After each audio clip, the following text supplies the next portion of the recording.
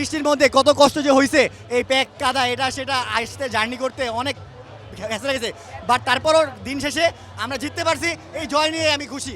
এই এই কষ্ট আমার কাছে কিছুই না, সব মাটি হয়ে গেছে এই জয়ের মধ্যে দিয়ে।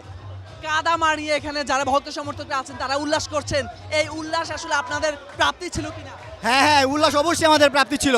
আমরা প্রত্যেক ম্যাচে খুব খুব খুব ইয়া করে ম্যাচগুলো জিতেছি। এই ব্রাজিল ফ্যানরা প্রত্যেকবারই বলতেছে যে হ্যাঁ এরকম এরকম আমরা ম্যাচ কিনি, এটা কিনি সেটা কিনি। ওরা আসলে খেলা দেখে না, ওরা আসলে রিলস দেখে, রিলস দেখার পরে বলে যে ম্যাচ কিনা হয়েছে, এটা হয়েছে, রেফারি ফেয়ার না, আনফেয়ার। এটা ভাই তোরা খেলা দেখ, খেলা দেখলেই বুঝতে পারবে কোনটা ফেয়ার। আজকে আমরা কত কষ্ট করে দিচ্ছি আমরা নিজেরও দেখছি। তোরা খেলা দেখ, খেলা শিখ। আর সবসময় ওরা তো হচ্ছে কত 24 বছর সবসময় ওরা 2002-এর পর থেকে ওরা কখনো কাপ পায় না, ঠিক আছে? তো কাপ পাওয়া না পাওয়ার কারণে ওদের যে ইয়াটা ওইটা এখনও আছে। আর ওরা প্রত্যেকবারই বেশিরভাগই খেলছে কোয়ার্টার ফাইনাল, এর উপরে ওরা যাইতেই পারে নাই। সো ওরা হচ্ছে সবসময় আর্জেন্টিনার একটা বিগ রাইভাল। তো ওরা চাবে যে আমরা সব যে ভালো করে, এটাও চায় না। ওরা সব ম্যাচই দেখতেছে। তো ওদের বিরুদ্ধে সমবেদনা এক বালতি সমবেদনা, আমরা জিতছি, এনজয় করছি, এটাই অনেক।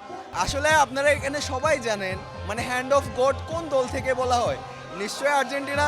এবং যে দল পেনাল্টি ছাড়া জিততে পারে না এমন দলই হলো আর্জেন্টিনা।